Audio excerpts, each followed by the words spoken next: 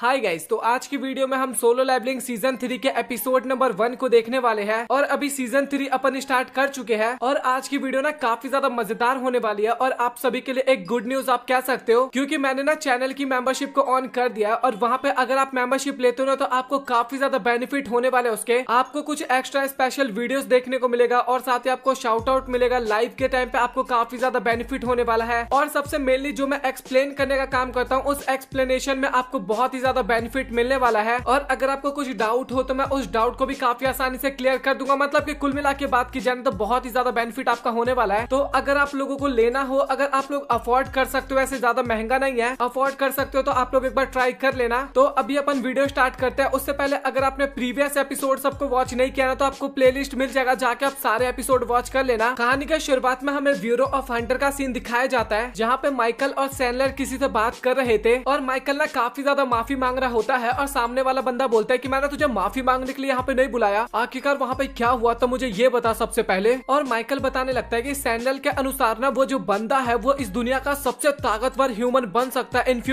Future नहीं, वो है सबसे ताकतवर। और इसके बाद डेविड बोलने लगता है कि इसका मतलब ये है कि वो हंटर नेशनल लेवल के हंटर जितना पावरफुल है। और सैंडल वहाँ पे बोलने लगता है कि मुझे लगता है कि आपको सब कुछ अच्छे से बताना होगा। और इसके बाद वो बताने लगता है कि अवेकन की पावर जहाँ पे बनती है ना उसे अदर साइड कहा जाता है। और दो पार्टीज के बीच का जो कनेक्शन होता है ना उसको वो एक तरह से सेंस करती है। और कभी कभार ना दूसरे साइड का जो फोर्स होता है ना काफी ज्यादा पावरफुल होता है। और किसी किसी अवेक पर्सन में जो लाइनें होती है ना वो काफी ज्यादा चमकीली होती है। और मैं उनको ना एक तरह से किंग मानती हूँ, मतलब कि काफी ज्यादा स्ट्रॉन्ग मानती हूँ। और ये एक्सप्लेन करने के बाद ना वो जिन्वू के बारे में बताने लगती है और वहाँ पे ना काफी ज्यादा कपकपाते हुए बोलती है कि मैंने उसके अंदर ना इस तरीके की कोई भी लाइनें नहीं देखी, ना ही कोई उजाला देखा। और वहाँ पे मैंने अंधेरे के अलावा और कुछ भी नहीं देखा। और उसके अंदर की जो डार्कनेस थी ना, सबसे डरावनी बात तो ये थी कि वो मुझे देख रहा था। और डेविड बोलने लगता है कि इसका मतलब ये है कि जिन्वू हमारे लिए खतरा बन सकता है। और लेडी बोलने लगती है कि मुझे ये नहीं पता कि वो अच्छा है या फिर बुरा है, बट उसकी पावर ना मुझे नहीं पता कि कहाँ पे है। और वो दूसरे हंटर्स की तरह ना दूसरी जगह से पावर लेने की कोशिश नहीं करता। उसकी पावर्स ना उसके अंदर ही है, वो अपनी पावर्स को अपने आप ही बढ़ा रहा है। और जो एक लिमिट होता है कि इस लिमिट के बाहर हम अपनी पावर्स को नहीं बढ़ा सकते, वो उसके ऊपर अप्लाई बिल्कुल भी नहीं होता। और माइकल भी डेविड को बताने लगता है कि उसके ऊपर ना एक तरह का लिमिटेशन ही नहीं है, वो अपने आप को कितना भी ज्यादा पावरफुल कर सकता है। और लिटरली भाई ये सब चीजें एक्सप्लेन करते टाइम ना अभी मेरे एकदम रोंगटे खड़े हो रखे हैं। मुझे इतना ज्यादा अच्छा लग रहा है एक्सप्लेन करने में, मतलब कि पढ़ने में इतना ज्यादा अच्छा लग रहा है। और इसके बाद तभी डेविड ना कहीं पे जाने लगता है और माइकल बोलता है कि आप कहाँ पे जा रहे हो। और डेविड बताता है कि मैं बेसमेंट नंबर 24 में चल रहा हूँ और तुम लोग भी मेरे साथ चल रहे हो वहाँ पे। और इसके बाद डेविड ना माइकल को बताने लगता है कि अगर हम मिस सैंडलर की पावर्स का इस्तेमाल नहीं कर सकते जिन्वू को अपने टीम में ऐड करने के लिए, तो हमें कुछ और तरीका इस्तेमाल करना होगा, बट वो हमारे साथ होना चाहिए। और इसके बाद तभी डेविड बोलने लगता है कि तुम्हें याद है कि पहली बार एस रैंक का गेट कब ओपन हुआ था। और माइकल बोलता है कि मास्टर वो भी बात कोई भूलने वाली है, वो डंजन ब्रेक मुझे अभी तक याद है जो कि वेस्ट के एरिया को पूरी तरीके से बर्बाद करके रख दिया था। और अमेरिका ने दुनिया के सबसे पावरफुल हंटर्स को रिक्रूट किया उस रेड को कंप्लीट करने के लिए। और वहाँ पे केवल 5 ही हंटर थे जो कि सरवाइव कर पाए और उन्हें नेशनल लेवल हंटर्स का टाइटल मिला उसके बाद जाके। और जिस ड्रैगन से वो लोग लड़े थे ना उसका नाम कामिश होता है। यार मुझे एक बार कंफर्म कर दो, उसका नाम कामिश ही होता है ना? अगर मैं गलत पढ़ रहा हूँ तो प्लीज यार कमेंट सेक्शन में बता देना। और उस ड्रैगन ने लगभग हजारों एस रैंक हंटर को ना अकेले ही हरा दिया था। और इसके बाद फाइनली वो लोग उस लोकेशन पे पहुंच जाते हैं और वहाँ पे ना डेविड माइकल को ना एक रियूनी स्टोन दिखाता है। और ये स्टोन ना उन्हें कामिश के द्वारा मिला था। और इसके बाद हमें कामिश का ना हड्डियों वाला स्केलेटन भी दिखाया जाता है। और डेविड का प्लान था कामिश की बॉडी को और साथ ही उस स्टोन को ना जिन्वू को एज अ गिफ्ट दे, ताकि जिन्वू इंप्रेस होकर उनके गिल में आ जाए। ये मतलब कि डेविड का एक तरह से प्लान था, गिल में नहीं सॉरी उनके देश में आ जाए, अमेरिका में रहने के लिए आ जाए। और इसके बाद हमें जिन्वू दिखाया जाता है जो कि घर पे ना आईना देख रहा था और वो सोच रहा था कि यार मैं पहले से काफी ज्यादा स्मार्ट हो गया हूँ। और इसके बाद वो लिटरली जिन्हा से पूछने के लिए जाता है कि तुम मुझे कितना रेट दोगी। और जिन्हा बोलती है कि आखिरकार मुझे रेट किस चीज को करना है। और जिन्वू बोलते हैं कि मेरे लुक को, मतलब कि मेरे स्मार्टनेस को। और जिन्हा बोलते हैं कि अपनी शकल देखा एक बार आईने में, जरा देख क्या। और तू ना इतना ज्यादा भी अपने आप पे मत उछल, इतना ज्यादा सुंदर भी नहीं लगता तू देखने में। और इसके बाद वही भाई बहनों वाली जो लड़ाई होती है वो वहाँ पे स्टार्ट हो जाता है। और लिटरली ये सारे कुछ सीन्स देख के ना थोड़ा अच्छा लगता है कि भाई चलो ये एक फैमिली शो भी है, नहीं तो मुझे तो लगा था कि केवल ये एक्शन शो ही है। और इसके बाद जिन्वू बताता है कि तुम्हें पता है कि मैं एक गिल फॉर्म करने वाला हूँ और मैंने अपने गिल का नाम सोलो प्लेयर गिल रखा है। और ये नाम तुम्हें कैसा लगा? और ये सुन के जिन्हा ना वहाँ पे काफी वियर्ड सा फेस बनाती है और बोलती है कि आखिरकार इतना वाहियात सा नाम तुम कैसे सोच सकते हो। और जिन्हा उसको एक्सप्लेन करने लगती है कि तुमने सोलो प्लेयर तो रख दिया, बट देखा जाए तो तुम सोलो थोड़ी ना खेलते हो, क्योंकि तुम अपनी आर्मी का भी तो इस्तेमाल करते हो वो शैडो आर्मी का भी तो इस्तेमाल करते हो बैटल के टाइम पे। और इसके बाद जिन वो सोचता है कि उससे बात तो सही है और इसके बाद वो अपनी बहन से पूछता है कि आखिरकार मुझे क्या नाम रखना चाहिए अपने गिल का। और जिन्हा ना उसको आजीन नाम बताती है, मतलब कि गिल का नाम आजीन, और आजीन का फुल फॉर्म भी अभी मैं आपको बताने वाला हूँ, जहाँ पे आ का मतलब तो आई होता है और जिन का मतलब गो फॉरवर्ड करके कुछ होता है। वैसे देखा जाए तो जिन्हा के अंदर दिमाग तो है, मतलब कि स्मार्ट तो थी वो काफी ज्यादा। और लिटरली इसके बाद हमें चा का सीन दिखाया जाता है और लिटरली भाई उसको नींद ही नहीं आ रहा था और उसके दिमाग में तो केवल यही बातें आ रही थी जहाँ पे जिन्हों ने बोला था कहीं तू मुझे पसंद तो नहीं करती ना, और चा ने बोला नहीं था कि हाँ शायद मैं करती हूँ, और यही बातें उसके दिमाग में चल रही थी। और भाई काफी ज्यादा ब्लश कर रही थी, सच में भाई काफी ज्यादा ब्लश कर रही थी। और अचानक से तभी ना उसके दिमाग में कुछ हिट करता है और इसके बाद तभी चा का ना अजीब सा फॉर्म हमें देखने को मिलता है और वो ना कहीं पे गिर रही होती है और तभी मिन उसके पास आता है और उसका हाथ पकड़ के ना उसको बचा लेता है। और मिन उसको बोलता है कि तुम उसको जाके बता देना कि अभी उसके ऊपर काफी ज्यादा खतरा आने वाला है, मतलब कि वो थोड़ा सावधान रहे। और तभी चा की आंख खुलती है और वो ना काफी ज्यादा घबरा जाती है और वो याद करने लगती है कि मिन ने उसको बोला था कि जिन्वू के अंदर जो पावर्स है ना उससे उसको काफी ज्यादा खतरा हो सकता है। और इसके बाद हमें नाइट गिल का सीन दिखाया जाता है जहाँ पे ना उनके आसपास ना एक ए रैंक का गेट अपीयर हुआ था और जो पार्क का असिस्टेंट होता है ना वो बताने लगता है कि हमें ना उसका एंट्री परमिट मिलाना काफी ज्यादा डिफिकल्टीज हो रही है। और वो लोग ना काफी ज्यादा बातचीत करते हैं कि आखिरकार उनको क्या करना चाहिए से उनको एंट्री परमिट मिल जाए, इसी तरीके की बातचीत कर रहे थे। और तभी ना वहाँ पे एक बंदा आता है और ये ना ए रैंक का हीलर होता है और वो ना पार्क को बोलने लगता है कि क्यों ना हम एक इंडिविजुअल प्लेयर से हेल्प मांगे और वो क्या पता हमारी मदद करते उस डंजन को क्लियर करने में। और पार्क बताने लगता है कि वो काफी पावरफुल ए रैंक का गेट है, मतलब कि टॉप क्लास ए रैंक का गेट है और एक सिंगल हंटर आ जाएगा हमारे साथ तो उससे क्या ही ज्यादा कुछ फर्क होने वाला है। और तभी ना पार्क को अचानक से कुछ हिट करता है, मतलब कि उसको याद आता है कि अभी वो बंदा किस चीज की बात कर रहा है और वो सामने वाला बंदा भी बोलने लगता है कि अब आप समझ गए कि मैं किस चीज की बात कर रहा हूँ। आप लोग भी समझ गए होंगे कि यहाँ पे किस हंटर की बात हो रही थी। और इसके बाद ना जिन वो हमें यूजिन के साथ नजर आता है और वो ना अपने गिल का नाम बताता है, मतलब कि आजीन गिल पूछता है कि आखिरकार ये नाम कैसा लगेगा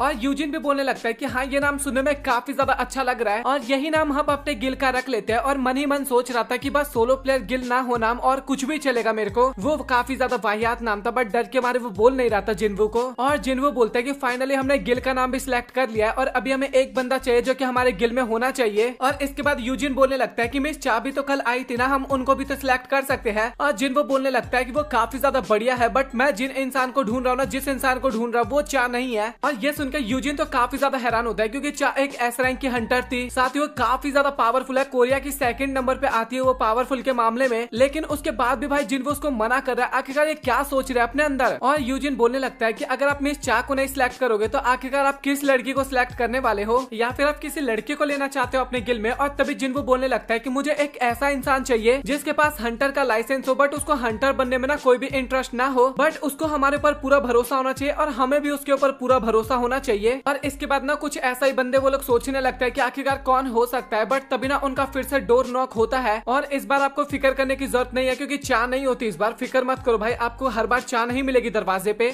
और इसके बाद जिन्वू दरवाजा खोलता है और जिन्वू को नहीं पता था कि आखिरकार वो कौन है। और पार्क बताता है कि मैं ना नाइट गिल का गिल मास्टर हूँ। और ये सुनने के बाद जिन्वू और यूजिन का ना शकल बन जाता है वहाँ पे। और इसके बाद पार्क ना उसी डेंजन का ना वीडियो दिखाने लगता है जिन्वू को, और वो डेंजन ना सच में काफी ज्यादा बड़ा था, वो गेट काफी ज्यादा बड़ा था। और पार्क वहाँ पे बताने लगता है कि अगर आप हमारे गिल के अंदर एंटर कर जाते हो, मतलब कि हमारे स्ट्राइक स्क्वाड में पार्ट लेते हो, उसके बाद ही हमें उस गिल में जाने का एंट्री परमिट मिलेगा, उस डेंजन के अंदर जाने का, और इसके बदले हम आपको काफी ज्यादा पैसा भी देंगे। और वो बताने लगता है कि जब कोई नॉर्मली डेंजन को क्लियर किया जाता है ना तो उसके अंदर ना एस रैंक हंटर्स को ना 10% दिया जाता है, मतलब कि जितना भी प्रॉफिट होता है उसका। बट आप बिल्कुल भी फिक्र मत करो, हम आपको 20% देने वाले हैं। और लिटरली जिन वहाँ पे पता है क्या बोलते हैं भाई, 50-50 करेंगे, करना है तो करना, नहीं तो निकलते बन। और ये सुन के ना पार्क भी काफी ज्यादा हैरान हो जाता है और जिन वो बोलने लगता है कि तू ना मुझे एज अ इंडिविजुअली बिल्कुल भी ट्रीट मत करियो वहाँ पे, तू मुझे ऐसे ट्रीट करियो कि मैं एक गिल का गिल मास्टर हूँ, क्योंकि मैंने भी फिलहाल एक गिल बनाया है। और वो अपने गिल का नाम भी बताता है आजिन गिल। और पार्क तो वहाँ पे नेगोशिएशन में ही लगा हुआ था, वो बोलता है कि भाई तू 40 ले लियो, हमें 60 दे दियो, काफी सारे एम्प्लॉयज को भी तो देने होंगे पैसे। और जिन वो बोलता है कि भाई तेरे को बता दिया मैं 50 से एक भी कम नहीं लूंगा, अगर मैं गया तो पूरा मुझे मिल जाएगा क्योंकि चेयरमैन मुझे मना तो करने वाले है नहीं। और पार्क को भी ये बात पता थी और इसके बाद वो भी मान जाता है जिन्वू की बात। और पार्क बताता है कि तुम्हें उस डेंजन के बॉस को हराना होगा। और इसके बाद फाइनली उनके बीच का कॉन्ट्रैक्ट साइन हो जाता है और पार्क ना उसको सिटी तक ले जाने की बात करता है, बट जिन्वू बोलता है कि भाई इसको हम आज नहीं कल करेंगे क्योंकि आज उसका ना कुछ और प्लान था। और इसके बाद हमें अगले दिन का सीन दिखाया जाता है जहाँ पे अगेन हमें गेट का दृश्य देखने को मिलता है और हमें बाकी सारे हंटर्स भी दिखाए जाते हैं जो कि एकदम रेडी हो चुके थे वहाँ पे। और पार्क को तो केवल यही फिक्र हो रही थी कि भाई कहीं जिन्वू लेट लेट ना कर जाए, मतलब कि आ जाए वो टाइम पे यहाँ पे। और इसके बाद हमें जिन्हो का सीन दिखाया जाता है और वो ना मौसम देख रहा था और वो बताने लगता है कि काश जिन्हा अपने साथ एक अम्ब्रेला लेके गई हो। और इसके बाद जिन्हो वहाँ पे शैडो एक्सचेंज टेक्निक का इस्तेमाल करता है और तभी सीन कट होता है और हमें जिन्हा के स्कूल का सीन दिखाया जाता है और वहाँ पे कुछ मटर गश्ती वाले बंदे हमें दिखाए जाते हैं, लड़के मतलब की। और इसके बाद वो सभी ना एक क्लास की तरफ जा रहे थे और वो क्लास ना एकदम खाली था और तभी हमें पता लगता है कि वहाँ पे ना एक गेट अपीयर हो रखा है। और ये देख के ना वो सभी लोग काफी ज्यादा डर जाते हैं। बट आपके ग्रुप में भी एक कूल बंदा तो होगा जो कि हमेशा कूल बनने की कोशिश करता है। मेरे ग्रुप में मैं तो बिल्कुल भी नहीं हूँ। वो बंदा सीधा गेट के पास जाता है और बोलता है कि भाई तुम लोग फिक्र बिल्कुल भी मत करो क्योंकि ये गेट एकदम क्लोज है और हम खतरे में तो बिल्कुल भी नहीं है यहाँ पे। और इस गेट के अंदर केवल हंटर ही जा सकते हैं और अभी तो 1 हफ्ते का टाइम है इस गेट को ब्रेक होने में। लेकिन लिटरली भाई आप लोग मानोगे नहीं, तभी के तभी गेट ब्रेक हो जाता है और अंदर से एक हाथ आता है मॉन्स्टर का और वो ना उस बच्चे को पकड़ लेता है और वो बच्चा ना काफी ज्यादा डर जाता है और बचाओ बचाओ बचाओ बचाओ चिल्लाने लगता है। और उसके साथी भी वहाँ पे काफी ज्यादा डर गए थे और जब तक वो कुछ कर पाते, और वैसे भी देखा जाए तो वो लोग कुछ नहीं कर पाते और तभी ना उसका खेल तो हो जाता है खत्म पहले वाले बंदे का। और तभी हमें तीनों बच्चों का सीन दिखाया जाता है कुछ टाइम बाद और तीनों का पत्ता वहाँ पे कट हो गया था। और इसके बाद हमें नरेटर ना इन मॉन्स्टर के बारे में बताने लगता है कि ना कुछ डिफरेंट टाइप के मॉन्स्टर होते हैं और वैसे दिमाग के मामले में तो काफी ज्यादा कच्चे हैं, इनके हाइट देख के ही पता लग रहा है। बट ये पावर्स के मामले में ना काफी ज्यादा पावरफुल होते हैं एक तरह से। और ये मॉन्स्टर ना अपने अपोनेंट्स को, मतलब कि अपने शिकार को ना काफी गंदी तरीके से तड़पाते हैं और उसके बाद उनका खेल खत्म कर देते हैं। और इसके बाद उनमें से एक मॉन्स्टर जो होता है ना वो ब्लड को ना स्मेल करने लगता है और सभी मॉन्स्टर ना काफी ज्यादा एक्साइटेड हो जाते हैं। और इसके बाद वो मॉन्स्टर जो होता है ना उस रूम को ना तोड़ते हुए बाहर निकलते हैं और हमें ना काफी ज्यादा बच्चे भी दिखाए जाते हैं जो कि अपना स्कूल में मजाक मस्ती कर रहे थे। लेकिन तभी अचानक से ना वो मॉन्स्टर ना उन बच्चों के सामने आ जाता है। अब इन बच्चों का क्या होने वाला है वो मैं अभी आपको बताऊंगा। और इसके बाद अगेन हमें डंजन का सीन दिखाया जाता है जहाँ पे जिन्वू आ गया था और वो बताने लगता है कि सच में गेट देखने में काफी ज्यादा बड़ा है नॉर्मल गेट्स के मुकाबले। और आपको तो पता ही है जिन्वू कितना ज्यादा पॉपुलर है और काफी सारे हंटर्स ना उससे फोटो खिंचवाने के लिए आ जाते हैं जिन्वू के फैंस के तौर पे। लेकिन एक हंटर ना उन सभी को दूर कर देता है, वही जो हीलर वाला था ना वही वाला हंटर उन सभी को दूर कर देता है जिन्वू से। और वो लड़की ना अपना इंट्रोडक्शन देने लगती है और बताती है कि मेरा नाम चंक है और वो बताने लगते हैं कि मैं इस स्ट्राइक स्क्वाड की ना एक हीलर हूँ। और वैसे देखा जाए तो आप मेन हीरो हो, हमारे ग्रुप के मेन लीडर हो और साथ ही मैं हीलर हूँ सबसे ज्यादा मेन इस ग्रुप की। तो हम दोनों को शायद अभी दोस्ती कर लेना चाहिए, वैसे भी कर सकते हैं दोस्ती। और वैसे देखी जाए तो मैं सिंगल भी हूँ, मेरा कोई भी बॉयफ्रेंड नहीं है, तो हम वो भी ट्राई कर सकते हैं। और जिन्वू पार्क को बोलने लगता है कि भाई ये लड़की है, तूने इसके बारे में मुझे पहले क्यों नहीं बताया। और पार्क बोलता है कि पहले बता देता तो तू क्या कर लेता। और इसके बाद वो सभी लोग ना डंजन के अंदर जाना स्टार्ट कर देते हैं और तभी हमें हंटर एसोसिएशन का सीन दिखाया जाता है और वहाँ पे एक एम्प्लॉय के पास ना किसी का कॉल आता है। और इसके बाद वो स्टाफ बोलते हैं कि आखिरकार मैं आपकी कैसे हेल्प कर सकती हूँ। और बच्ची बोलने लगती है कि मैं अभी स्कूल में हूँ और साथ ही यहाँ पे काफी ज्यादा मॉन्स्टर है हमारे आसपास, प्लीज हमें बचा लो। और ये सुन के वो लड़की भी काफी ज्यादा हैरान हो जाती है और सोचती है कि कहीं डंजन ब्रेक तो नहीं हो गया ना। और वो स्टाफ बोलने लगता है कि आखिरकार तुम कहाँ पे छिपी हुई हो। और इसके बाद हमें वो बच्ची भी दिखाई जाती है जो कि बाथरूम में छिपी हुई थी और बताती है कि प्लीज मुझे बचा लो क्योंकि मेरे साथ मेरी फ्रेंड भी थी और वो भी मारी जा चुकी है। और इस टाइम पे लिटरली भाई वो काफी ज्यादा डरी हुई थी और रो रही थी। डरना ऑब्वियस सी बात थी भाई, इनके सामने मौत घूम रहा था एक तरह से। और वो स्टाफ बोलने लगते हैं कि मुझे सबसे पहले ये बताओ कि तुम्हारे आसपास कितने मॉन्स्टर है। और उस बच्ची को तो ये लग रहा था कि वो नहीं बच पाएगी और वो बोलने लगते हैं कि क्या तुम प्लीज मुझे बचा लोगी, मुझे प्लीज बचा लो, मुझे अभी नहीं मरना। और वो बोलने लगते हैं, स्टाफ बोलने लगता है कि तुम बिल्कुल भी फिक्र मत करो, तुम बस अपने आप को काम करो, हमारे हंटर्स यहाँ से निकल चुके हैं तुम्हारे पास।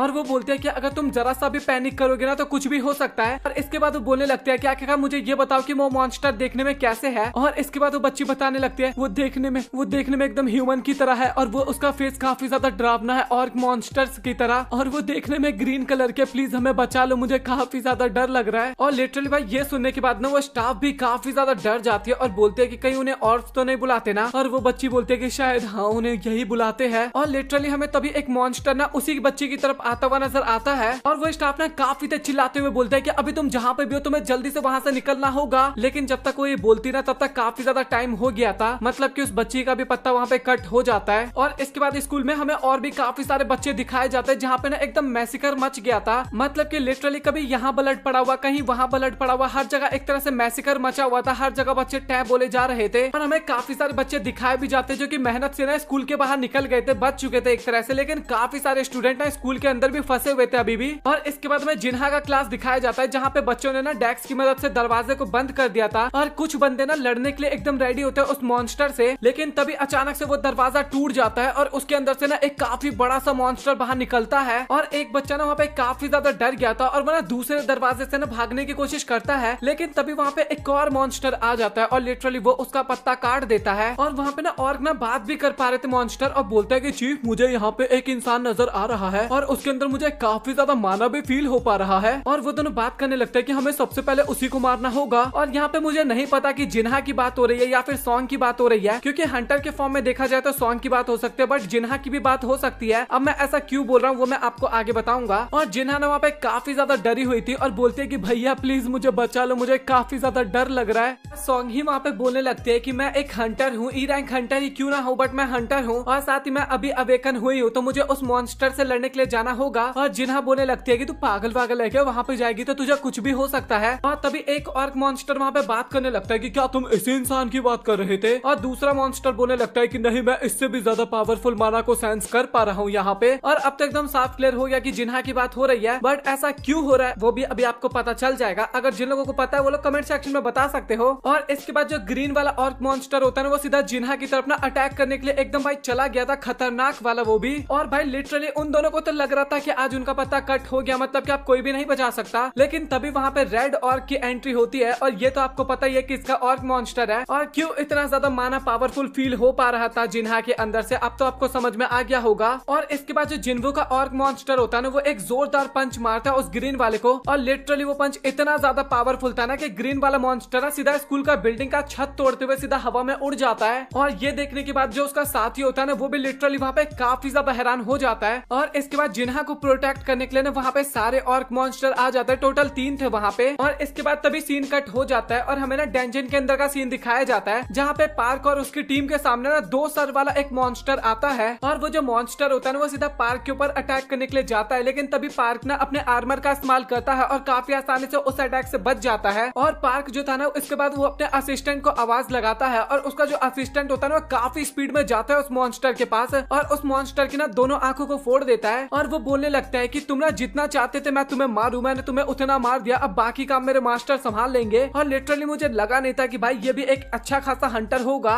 और इसके बाद एक फीमेल हंटर ना अपने वेपन को लेके ना उसी मॉन्स्टर की तरफ जाने लगती है और काफी तगड़ा वाला अटैक करती है और उस मॉन्स्टर का गर्दन उड़ा देती है, एक गर्दन मतलब की। और इसके बाद ना मेजेस भी वहाँ पे अपना कमाल दिखाने लगता है, अपने मैजिकल पावर के जरिए ना उस ऑर्क मॉन्स्टर को ना वहाँ पे जला के मार देते हैं। और अभी पार्क की जो टीम थी ना वो एक तरह से बीच में फंस गया था, क्योंकि वो लोग ना बाहर भी नहीं जा सकते थे, क्योंकि अगर बाहर जाएंगे ना तो बाहर उनका सामना ना अनडेड आर्मी से होने वाला है, मतलब कि वो भी आ रहे थे एक तरह से, और वो काफी ज्यादा आर्मी होते हैं। और ये देख के पार्क की टीम ना वैसे थोड़ा डर गई थी, बट वो लोग तभी नोटिस करते हैं कि वो जो अनडेड आर्मी थी ना वो एक जगह पे खड़ी हो रखी थी, ना तो वो आगे आ रही थी और ना ही वो पीछे जा रही थी। और उन लोगों को ये समझ में नहीं आता कि आखिरकार ऐसा क्यों हो रहा है। और जिन्वू भी अपने मन में सोच रहा था कि यार मैं इस डंजन में आके कहीं फंस तो नहीं गया, क्योंकि ये लोग बोल रहे थे कि ये डंजन सच में काफी ज्यादा खतरनाक है और मैंने जितना उम्मीद लगा के आया था मुझे वहाँ तो उतना कुछ भी नहीं मिल रहा। लेकिन तभी अचानक से ना जिन्वू को कुछ काफी खतरनाक सा सेंस होता है, और इसके बाद वो पार्क को बोलने लगता है कि भाई मुझे माफ करना, मुझे कुछ अर्जेंट काम याद आ गया और मुझे अभी जल्दी से यहाँ से निकलना होगा। और पार्क भी लाइक भाई तू पागल वागल है क्या, इतनी आसानी से कैसे तूने बोल दिया ये सारी बातें, हम लोगों को यहाँ पे मुसीबत में छोड़ के तू जा रहा है, और अगर तुम यहाँ पे नहीं रहोगे तो हम काफी ज्यादा खतरे में आ जाएंगे। और जिन्वू को भी लगता है कि भाई इसका कहना थोड़ा गलत नहीं है, एक तरह से सही बोल रहा है। और इसके बाद जिन्वू बोलने लगता है कि अच्छा ठीक है भाई मैं अपने एक सोल्जर्स को यहाँ पे छोड़ देता हूँ, और जितना भरोसा तो मुझ पे करता है ना तो उससे ज्यादा भरोसा उसके ऊपर कर सकता है, वो मुझसे भी ज्यादा खतरनाक नहीं है। भाई ये वाला डायलॉग मैंने खुद से ऐड किया है, मैं मजाक कर रहा था, मैं सबसे ज्यादा ताकतवर हूँ, तू फिक्र मत कर। और वो किसको समन करने वाला था ये तो आप सभी को पता होगा, मतलब कि बाकी के शैडोज भी ना काफी ज्यादा उदास होने लगे होंगे कि भाई ये तो केवल बेरू को ही समन करता है, हमें तो करता ही नहीं है। और जिन्वू वहाँ पे बोल देता है कि तुम्हें ना इन सभी ह्यूमंस को प्रोटेक्ट करना है और लास्ट टाइम की तरह अटैक बिल्कुल भी नहीं करना है इनके ऊपर। और बेरू वहाँ पे पूछता है तो फिर मैं यहाँ पे बाकी के जो मॉन्स्टर दिख रहे हैं उन सभी का क्या करूँ। और जिन्वू बोलता है कि तेरा मन क्या कर रहा है उनके साथ करने का, और बेरू बोलता है कि क्रश करने का मन कर रहा है। जिन्वू बोलता है कि कर दे भाई फिर। और इसके बाद बेरू ना वहाँ पे काफी तेज रॉर करता है, और इसके बाद जिन्वू ने कुछ एंड्स को भी तो समन किया था, वो सभी भी वहाँ पे आ जाते हैं। और वो बोलता है कि अभी हम सब मिलके इस डंजन को काफी आसानी से क्लियर कर देंगे। और इसके बाद जिन्वू वहाँ से जाने लगता है, बट बाकी बंदे बोलने लगते हैं कि तुम अपने बीस्ट को यहाँ पे छोड़ के जा रहे हो क्या। और इस टाइम पे जिन्वू ना काफी ज्यादा सीरियस होता है, काफी ज्यादा बैडेस्ट तरीके से बोलने लगता है, मैं इनको वापस तो बुला सकता हूँ, बट अगर मैंने ऐसा कर लिया ना तो तुम में से यहाँ पे कोई भी जिंदा नहीं बचेगा। और ये सुन के भाई वो बंदे भी ना काफी ज्यादा डर जाते हैं, और उन लोगों को समझ में आ गया था कि भाई अभी इसी बीस्ट के साथ इनको लड़ाई करना होगा। और इसके बाद जिन्वू ना अपनी शैडो एक्सचेंज टेक्निक का इस्तेमाल करने का सोचता है, बट वो तभी नोटिस करता है कि उसमें ना काफी ज्यादा टाइम है, वो अभी उसका इस्तेमाल नहीं कर सकता था। और इसके बाद जिन्वू ना लिटरली वहाँ पे काफी स्पीड में भागने लगता है दरवाजे की तरफ, और वो मन में सोचने लगता है कि जिन ऑर्क्स को मैंने जिन्हा के पास छोड़ा था मुझे उनसे भी एक काफी खतरनाक सा सिग्नल आया है और सच बताओ तो मुझे अभी काफी ज्यादा डर लग रहा है जिन्हा को लेके। और इसके बाद जिन्वू के सामने ना काफी ज्यादा अनडेड आर्मी होती है, लिटरली काफी ज्यादा होती है। और जिन्वू का मूड तो वैसे ही काफी ज्यादा फिरा हुआ था और वो ना अपने दोनों डैगर को निकाल देता है मारने के लिए उनको। बट यहाँ पे फिर काफी ज्यादा अजीब सी चीज हमें देखने को मिलता है, वो जो अनडेड आर्मी थी ना वो अपने आप ही जिन्वू के लिए रास्ता बना देते हैं, वो लोग कुछ भी नहीं करते जिन्वू को। और ये देख के ना जिन्वू भी काफी ज्यादा हैरान हो जाता है, बट वो ना उसके बारे में ज्यादा कुछ नहीं सोचता वहाँ पे। और इसके बाद वो तभी काइजर को समन करता है और उसके ऊपर बैठ के ना तुरंत वहाँ से निकल जाता है। और इसके बाद जिन्वू ना काइजर को बोलता है कि तू जितना जल्दी हो सके ना मुझे मेरी बहन के पास लेके चल। और काइजर भी बोलता है कि यस मास्टर, आप बिल्कुल भी फिक्र मत करिए। वैसे मुझे माफ करना है क्योंकि काइजर बोलता नहीं है, बट मैंने बोल दिया क्योंकि काइजर भी तो अभी मन मन में यही सोच रहा होगा, उसको तो अपने मास्टर का आदेश पूरा करना था ना।